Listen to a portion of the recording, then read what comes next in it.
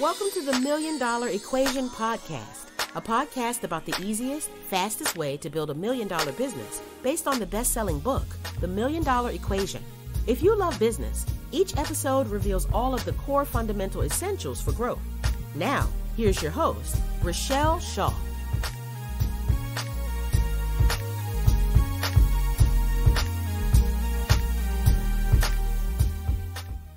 Hey. So, let's talk about the 7 mistakes I see entrepreneurs making when they're trying to grow their business. So, are you an entrepreneur who is struggling to grow and to get bigger and to really provide the impact that you want?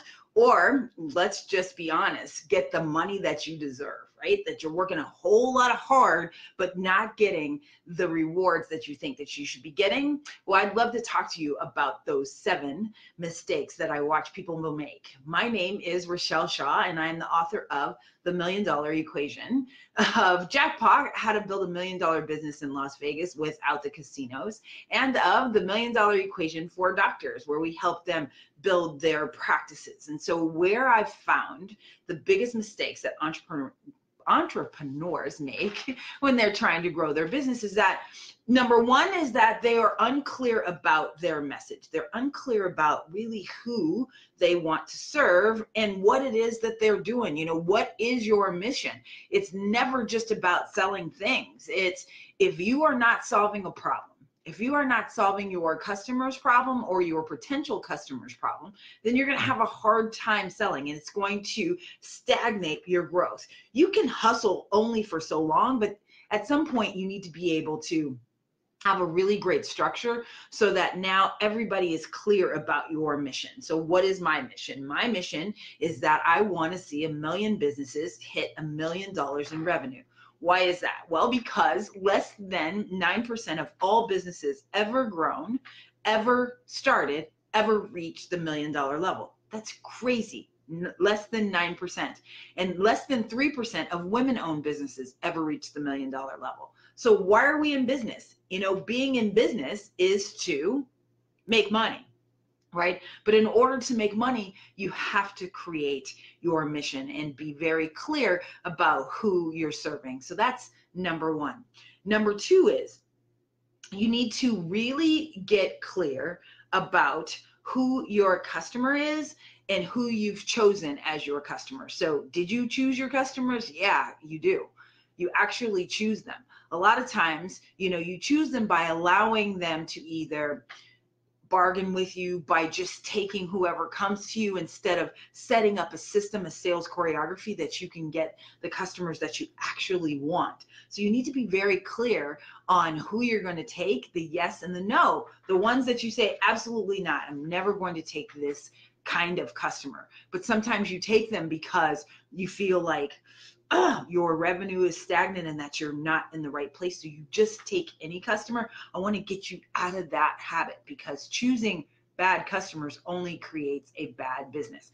You end up choosing a tribe of discounters, right? A tribe of people who don't really value what you're getting. You don't want to create a tribe of people who are just takers. You want to create a tribe of people who love you and who can't wait to buy your next item, whether it be a product or a service. That's where you need to focus. And so number 1 is being unclear about your message and who you serve. Number 2 is making sure that you're choosing the right customers who will be there for the long run, the ones that are going to be there forever with your business, not the ones that come in and come out and that you just sell one time and you keep going. So that's why the growth isn't happening, because you haven't built a sustainable long-term business. You've built a right now. Right? So remember when they used to talk about us about who we're dating? And they're like, don't just get a right now person. Get a person who's going to be with you for life. That's what you want when you're building your business. You don't want a right now customer. You want a customer who's going to be with you for life. That's how you get to the real growth that you want and need in your business. So let's focus on choosing the right one and not just anyone. Not anyone who can pay you is never the right customer. You want to choose the one who's going to be there forever and who's going to love you, who's going to talk about you, who's going to pay you and refer you. That's going to be the best process into getting them. Number 3, I noticed that not only are you choosing the wrong customer, but you're getting your customers by chance and not by choice. So what do I mean by that? I mean that you're just randomly kind of out there. So when people find out what I do, that yes, I help businesses grow, I help entrepreneurs, change their lives, change the lives of other people and their families. They always love to tell me, oh, well, I don't need any marketing help. I get all my customers through referrals. I go, really? That's bad. They're like, what? That is not bad. That's the best ever. That's what businesses want. Yes, but if you don't have a structured system to how those referrals are coming to you, that's not good. You want a structured system to who your people and your friends, your tribe that's out there is referring to you. You don't just want anybody, because anybody doesn't understand the structure. They don't understand what your business is providing. They don't understand that you are charging a different price. They don't understand that. Like, they're taking the recommendation, but a lot of times you still have to jump through hoops to get the right customers through a referral. So I want to make sure that you're getting your customers by choice and not just by chance, not just by random people. That's not going to help you build a sustainable business that lasts forever. I ran a mastermind for 10 years with the same people that referred new people to us, but I made sure that they got the right folks, not people who needed us, but people who wanted us. There's a big distinction between people who need your service or product and people who want it. People only buy what they want. They don't buy what they need. They don't buy what they need. They buy what they want. Oftentimes, you will see them, in a horrible neighborhood, but they're driving a big car, a very expensive car. And it's like, really? So you're choosing to live in a neighborhood that's not the best neighborhood, but you're driving a really beautiful car. Well, why? Because that's the status that they want. People buy what they want, not what they need. And you'll notice that in this country, that credit card debt is the highest that it's ever been. I am the money honey. So I do all the financial segments for our local Fox 5 here in Las Vegas. And when we talk about consumer debt all the time, consumer debt is outrageous. And it's not because people are buying what they need. I mean, there's a small segment that are in debt because they just had to buy what they need. But most people are in debt because they're buying what they want. Because they say, I deserve a vacation, even though they can't afford a vacation. So they put it on a credit card. They say, I deserve a brand new car, because they want a brand new car, not because their old car isn't working. They just decided that I need a brand new car because they're trying to keep up with the Joneses. So when you are creating your business and when you are thinking about who that ideal customer is for you, you should think about selling them what they want, not selling them what they need. And so that's where I think a lot of people get mixed up, right? They get mixed up in, and I'm going to sell them what they need because they need it. They should be buying from me. And then they get frustrated when the people who actually need it don't buy. It's like, well, because you targeted the wrong thing. You're focused on the wrong thing. You're focused on what people need instead of what people want.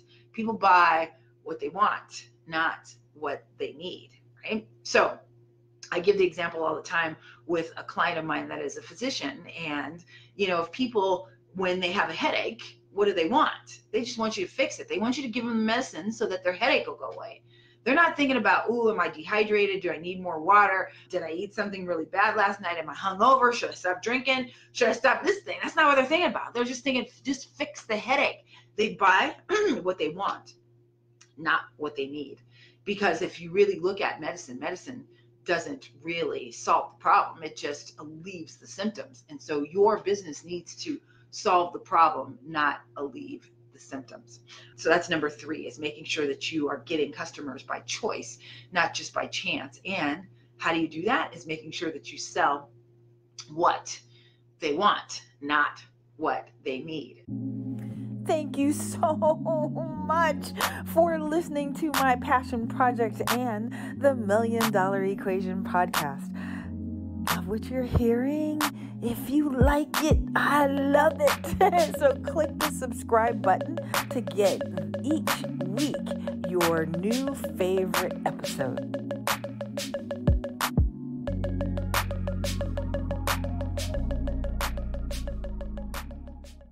So number 4 in this is that I think that several folks that really it's stagnating their growth in their businesses, that they're thinking too small. So they're thinking about the things that they can actually accomplish themselves instead of building a team. You know, it's really difficult. I'm not going to say there's no way. I'm just going to say it's really difficult to build a 7-figure business with just one person, right? Unless you're charging somebody $1 million, then you can just handle that one client. But if you're not, then you can't do everything. You need to have the right team, and you need to think about going and getting bigger and better customers and building a better business. So even if it is that you're selling $1 million product and you just want one customer, that's never going to work. You're not building a sustainable business, because if that customer goes away, then guess what? Now you got to find another one. So now you have a roller coaster of revenue instead of a focused amount of revenue coming in, a predictable source of revenue coming in and flowing through your business. All right. Number 5 is you haven't scheduled your success. Like, you haven't scheduled the things that are really important. So every day when I look at my things to do list, hey, guess who does that? Awesome. And hey, Monica, good to see you too. So every day in my business, when I'm looking at what I need to do at my to-do list, right?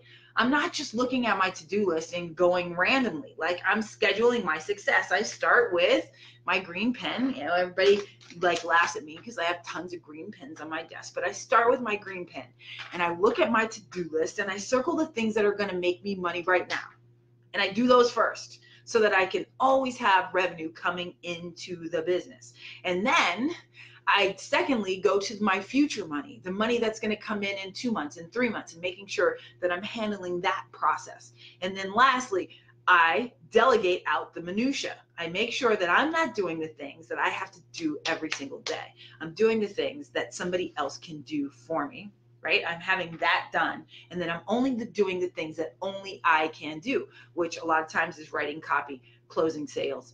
But sending out an email, I don't need to do that part. And if you're not building that bigger business, that bigger box, then you're always going to have these little growth, you know, and then the ups and downs instead of a steady trajectory of rocket ship growth. Because, you know, how do I know this? Well, I talk about how I grew my business from 300,000 to 36 million. I lost it all after 9/11, but then I rebuilt back my $1 million business in 5 months. How did I do that? By doing exactly what I'm telling you. I was clear. I was very clear about who I was serving. I was very clear about which customers I wanted, and I chose them. And I made sure that I gave the customers that I chose an actual system to refer other people like them, so that I didn't get discounters, I didn't get hagglers, I didn't get people that I didn't want in my business. That doesn't make sense, right? I only got the people that I absolutely wanted to work with, and that's how this actually works. Number 5, let's still go on with scheduling your success. You need to have some type of marketing calendar, a promotional calendar, so that you're clear about what you're doing every single day in your business. So today is the 19th. So on the 19th in my telephone business, I would be focusing on getting ready to disconnect service and sending replays to people. Right? Sending stuff to them, reminding them about your bill is due. Tomorrow your bill is going to go off. We've just now sent the bills that were due on the 1st.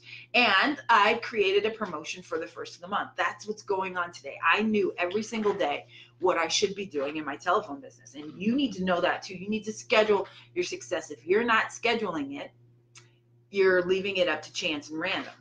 I don't like random. Random creates stress for you. Random implementation gets you random money, and random money creates stress. If you don't know how you're going to pay your bill on the 1st, then guess what? You end up not choosing your customers. You end up just taking what comes to you, and that doesn't work. That doesn't work. It's not, well, it doesn't work long term. It's not my recommendation. All right.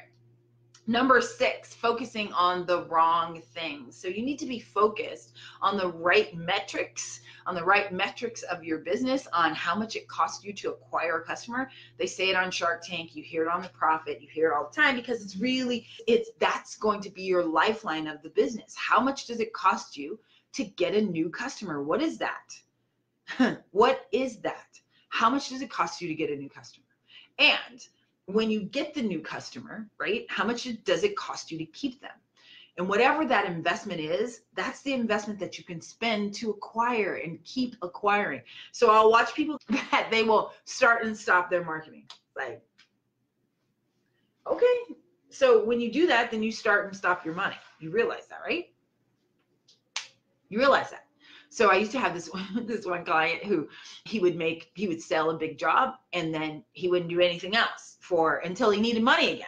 And I'm like, that doesn't work. Like, consistency over time really helps with business growth. So if you're not consistently implementing, then it's going to slow down your money. You want it coming constantly, flowing into your business so that you can sustain it and get to the $1 million level, because it compounds, right? It doesn't just come one time. You need it to compound and build and build and build and build. And so what metrics are you looking at? What things are you looking at in your business to make sure that you are investing properly? How much does it cost you to acquire a customer, and making sure that you're looking at your numbers every single day? The second thing that I want to make sure that you're focusing on is, a lot of people focus on scarcity. Like, they think that customers aren't plentiful and abundant. They are abundant. There are customers who need you every single day, and it's up to you to make that decision, right? To go get them, to understand that it's about being abundant and not being this scarcity model. Because when you think scarcity, that there's a limited amount, then you make this other big mistake. And that you do three is that you focus on your competition. So you're looking at what they're doing instead of running your race, right? You cannot be looking at what other people are doing. I told a story the other day about when I was actually at the phone company, and when I first got hired, before I bought the company, right? So I was in sales, and my boss said to me, or the director of sales, he said, do your presentation for the group, right? So I get up, I do my presentation, I tell my story, and everybody was like, oh, they loved it. He didn't really love it so much. And so he's like, well, you didn't talk at all about your competition in your presentation and why we're better than the competition. And I said, well, because I don't believe that we have any competition. I believe that what we have is just very special. And he was like, what? Nobody does that. So like, he scolded me and he tried to get me fired and all kind of stuff, because he thought that I was doing it totally wrong. But he couldn't fire me because the big boss, the owner, who I actually ended up buying the business from, right, said, well, look at her results. Look at how many customers she's selling. We're not getting rid of this girl. Are you kidding me? So when he was asked to leave and I took his job, when I started teaching it, I started teaching the same thing. Don't worry about your competition. Your competition, that whole like SWOT analysis, like, I don't believe in that. Like, I think that gets you all caught up in what other people are doing instead of focusing on what you are doing. Like, I don't know if you guys got to see my virtual summit that I did last week, where I just brought in 20 of my friends and we talked about, I shared them with the world, the people that I use that run my ads, that help me write copy, that help develop strategy. And I had a wonderful virtual summit. I have some replays. If you're interested in that, you can put that there. I'll put you in, you can grab the replays and join that mastermind that we have all together. But, they're like, well, did you take a class on it first? No, I did it the way I wanted to do it. Did I see somebody else doing it first? Yes. But that doesn't mean that I went and studied them and went in depth. I mean, I definitely think that you can hack other people by looking at what offers work and kind of structuring it. But to sit and just watch them and compete with them is, I think you're just wasting your time. You need to be running your own race. You need to be focusing on your mission and making sure that you're talking to your ideal customer at all times, because when you're not, then you lose sight of really getting there. So I think that that's going to help, that's preventing you from growing the way that you really want to grow. That was number 6. Hey, MDE Nation, I have some openings to work with me and my team on building your own $1 million business. Or if you already have the $1 million business, you want to add another 2 or 10. Hey, let's spend some time together. The easiest, fastest way is to make sure it's a good fit is to go check out my free training, how to add another $1 million to your business this year, right? You can go grab it for free by going to www.627figures.com. The number 6, T-O, number 7, figures.com. You will see the 3 easiest things you can do in your business right now to get to the million faster, and see kind of how my brain works and how we actually work with our private clients. I'm excited to help you add that extra million to your bottom line. Let's have some fun.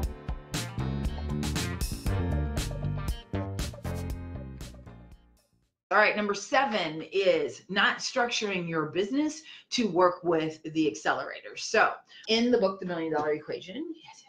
So I have the last chapter, I talk about the accelerators, things that are like lighter fluid to your business, right? Things that when they get to your business, it just like, what happens? So the first one is making sure that you're charging appropriate, prices. It's like if you are charging low prices, there's only one Walmart. You do not want to be the low price leader. That sucks. And it is not healthy for your business for you not to be able to make the money that you want to make. So I love for you to start and focus on affluent pricing, right?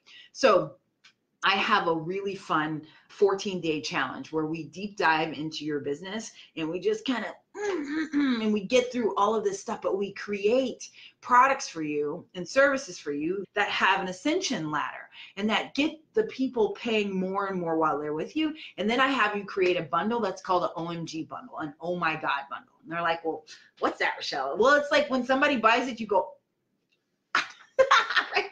Oh my God, I can't believe that. And if you don't have that, then you're constantly going to be struggling to get to the revenue levels that you want to be at. So I have this thing sitting on my desk because I talk about it all the time, right? So if you have your number of products that you have to sell and the price that you have to charge in order to get to $1 million, right?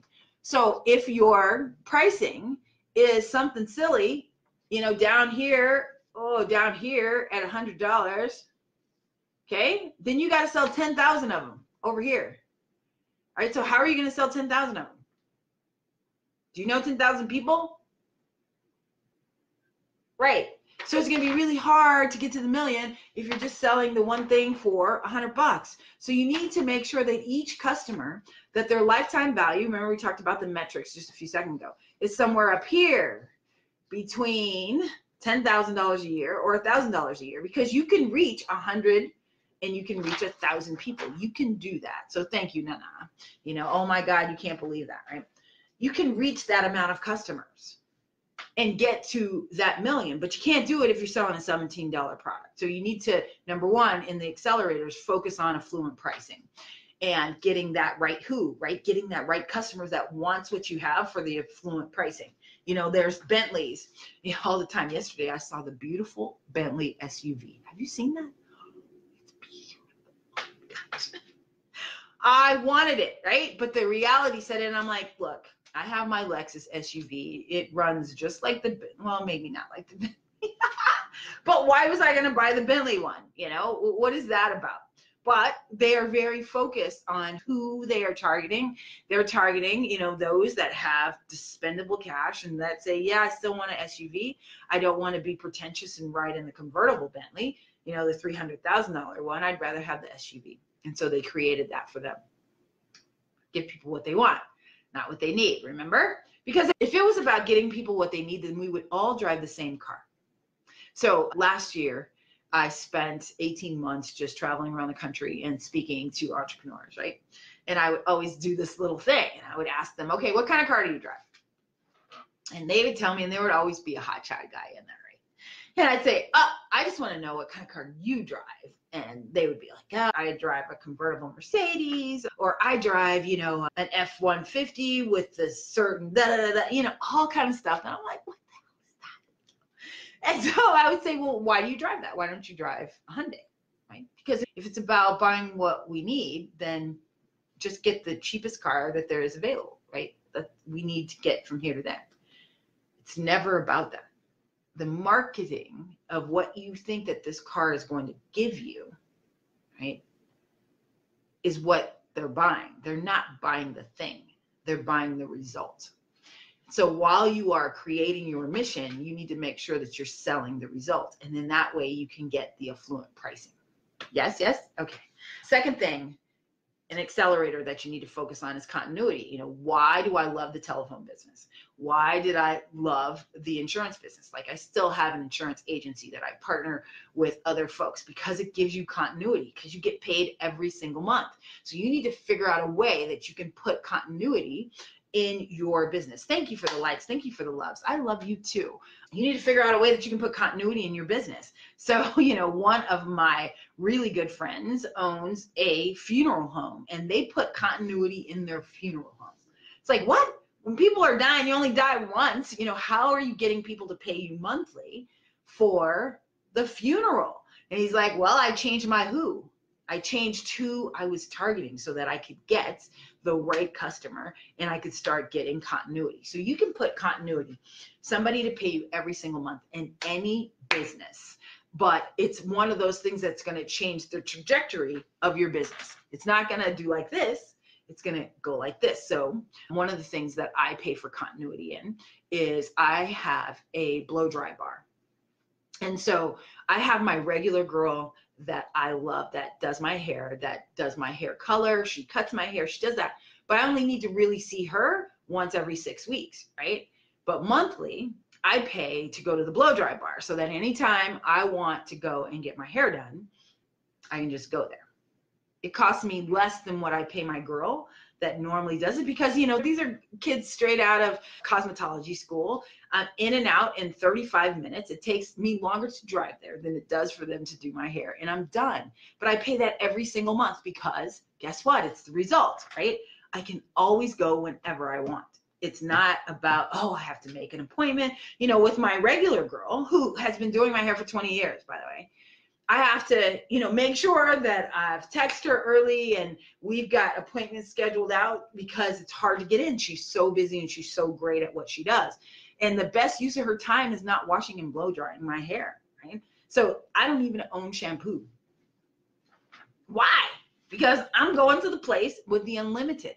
It's such a great value that I can just show up, they do my hair, I'm out, and I can get on a plane, I can be on TV, do my Money Honey segment, or I can come and be here with you within, you know, an hour's time. So that's why I choose that. I want you to look in your business for some type of continuity, some way that you can create a way that people can pay you every single month. And then last in the accelerators is by creating a joint venture. So find where your customers already are. You know, I watch businesses struggle to find, you know, who their ideal customer is and where they are. And so the number one question I ask them is, okay, who already has them? And they go, oh, if they've been focusing on the wrong thing, they go, my competitor. I go, that's not true. You don't even know that for sure. You don't even know that because you don't know the back end of your competitor's business. So stop coveting this thing that you don't even know. So tell me, who else, like who sells before you? Who sells to your customer after you? Who are they so that we can go focus on them and bring them in? So when I rebuilt back my telephone company, I targeted credit challenged customers who had been disconnected before. So where have they already been? So I thought, well, I bet they have credit challenges. So I wondered if they already filed bankruptcy or if they're thinking about filing bankruptcy. So I went to my actual bankruptcy attorney. So you know that I lost it all. You know that I had a 437 FICO score, right? So I filed bankruptcy. So I went back to my bankruptcy attorney and I said, hey, what are you doing with your list of customers? He goes, nothing. Are you kidding me? You know, once they file bankruptcy, they can't again for another 7 years. So we do nothing. They're in that back room in the file cabinet. I said, well, can I have them? He's like, yeah, I don't care. He goes, but you have to go in there yourself. Like, I don't have a list on my computer. And so my first joint venture and how I was able to rebuild back my telephone company in 5 months is that I went in his back room and I sat on the floor and I wrote down names and addresses of people that were in my community who had filed bankruptcy. I had 3,000 customers that I could potentially go and bring into my business. So what I want you to start focusing on in the accelerators is who already has your customer. Who are they? And let's create a relationship with them. All right, so that's my 7 wonderful tips. If you've got some questions, you can go ahead and put them in there. I'm here for a couple more minutes. But, while you're thinking about it, I want you to think through, if you just focused on number 7, right? And you said, okay, I'm going to go find a joint venture partner. You find somebody who already has your customers. You bring them in, you charge them the affluent prices, and then you put them on continuity and you get paid over and over and over again. It's exactly how I rebuilt my telephone company in 5 months, right? I found where my customers already were. I charged them higher prices than anybody else. And then I put them on continuity, so that over and over and over again. That's the easiest way to grow your business, right? If you are confused about how that works or how that works in your specific industry, gosh, I've worked with, 97 different ones of putting the same practice, the same focus of the $1 million equation in there. I'd love to work with you. So if you'd like to chat about working together, you can put a PM, you can send me a message and say, hey, Richelle, I'd like to work with you. We will set up a time where we can chat. I am going to have you do a couple of things though before you just jump on the phone with me. But let's chat. Let's see if it makes sense for you. All right. So I don't see any additional questions. So I will sign off today. Have an amazing weekend and love you for free. See you. Bye.